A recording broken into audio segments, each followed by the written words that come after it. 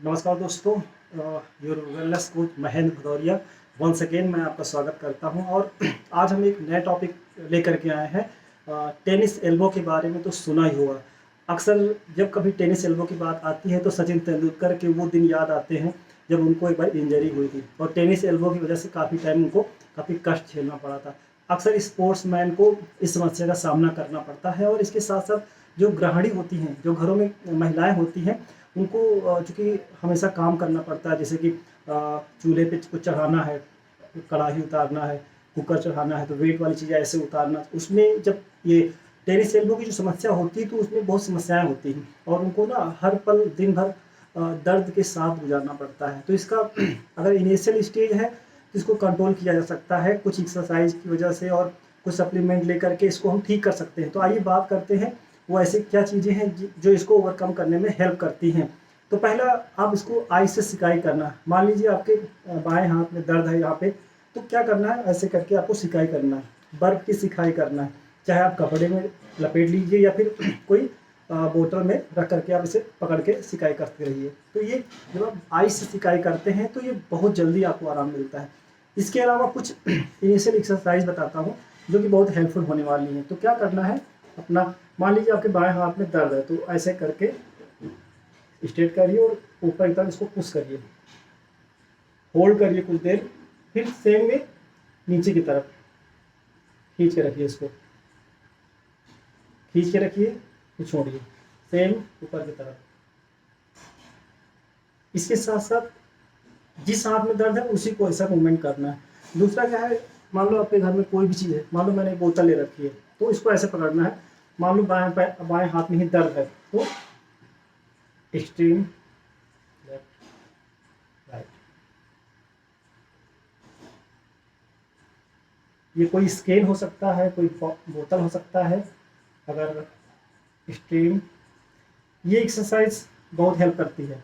इसके अलावा आप एक एक्सरसाइज और कर सकते हैं। कोई भी चीज़ को आप ऐसे पकड़िए और ऊपर, मान लो दाहिने हाथ में ही दर्द है तो ऐसे करना है, ऐसे ऊपर की तरफ करिए, खींचिए छोड़िए, खींचिए छोड़िए, फिर सेम में नीचे की तरफ करना है, अंदर की तरफ लीजिए, स्ट्रेट करिए, छोड़िए, करिए, छोड़िए। तो ये जो मैंने जो एक्सरसाइज बताई है ये बहुत ही ज़्यादा हेल्पफुल है। और जब आप इनको रेगुलर प्रैक्टिस करेंगे तो आप देखेंगे कि धीरे धीरे यहाँ पे जो नसें हैं, जो कैल्शियम की कमी हुई है या भी जो भी दिक्कतें आ रही हैं, जो पेन है, आप धीरे धीरे से रिकवरी करना शुरू करेंगे। बाकी और भी बहुत सारी कोहनी एक्सरसाइज आप कर सकते हैं, लेकिन कंट्रोल वे में करना है आपको, है ना। इसके अलावा और कौन सी एक्सरसाइज हो सकती है, जैसे ऐसे करिए, ऐसे कर सकते हैं, ठीक है, ऐसे कर सकते हैं, ऐसे ऐसे कर सकते हैं। क्लॉकवाइज कुछ देर करिए, फिर एंटी क्लॉकवाइज करिए, है ना, ऐसे, सेम भी ऐसे। और ये तो बात हो गई एक्सरसाइज करने के बारे में, मैंने बताया। अब बात आती है और ऐसे क्या फैक्टर हो सकते हैं। तो इसमें एक फैक्टर, बहुत बड़ा फैक्टर होता है आफ्टर 30 साल के बाद देखा जाता है कि लोगों की बॉडी में कैल्शियम जो एब्जॉर्ब करने की जो क्वालिटी होती है बहुत डाउन हो जाती है। बॉडी पे कैल्शियम एब्जॉर्ब कम होता है और बॉडी से एक्सेस, उसका जो डिटोरिएशन बहुत ज़्यादा होता है, निकलता ज़्यादा है, यूज ज़्यादा होता है, लेकिन एब्जॉर्प्शन बहुत कम होता है। तो इसके लिए क्या करना है, आपको कैल्शियम के प्लांट बेस्ड सप्लीमेंट आप ऐड कर सकते हैं। अगर आप नहीं भी ऐड कर सकते हैं तो मेक श्योर दैट आप अपने डाइट में जो वाइट चीज़ें हैं, जैसे दूध है, दही है, छाछ है ना, मशरूम है, इनका सेवन करिए। तो इससे कैल्शियम इंटेक आपका बढ़ेगा। और सहजन की पत्तियों को यूज कर सकते हैं। तो ये जो कैल्शियम जब बढ़ेगा तो, लेकिन साथ साथ में क्या है, आपके मैग्नीशियम भी होना चाहिए, विटामिन डी होना चाहिए। क्योंकि अगर मान लो कितना भी अच्छा कैल्शियम खाएंगे, अगर विटामिन डी की कमी है तब भी ये दिक्कत आती है। और महिलाओं के साथ क्या होती है कि अक्सर घर में रहती हैं तो विटामिन डी की कमी पाई जाती है। जब भी टेस्ट कराते हैं तो इस पेन में हमेशा विटामिन डी की कमी रहती है। तो विटामिन डी की कमी को पूरा करने के लिए आप सप्लीमेंटेशन करें और साल में अगर एक दो महीने भी खा लेते हैं तो साल भर का विटामिन डी पूरा हो जाता है।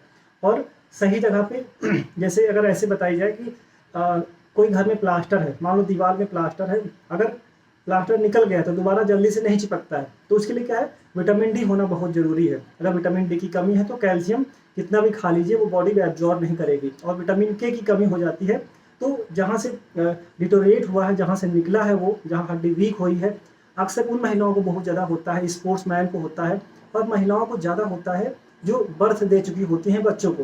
तो बर्थ के बाद क्या होता है, हड्डियों में छेद हो जाते हैं, कैल्शियम इंटेक की कमी हो जाती है, तो वो ऑस्टियोपोरोसिस का शिकार हो जाती है और ये दिक्कत आती है। तो आई होप मेरी इन्फॉर्मेशन काफ़ी हेल्प करेगी। Thank you so much.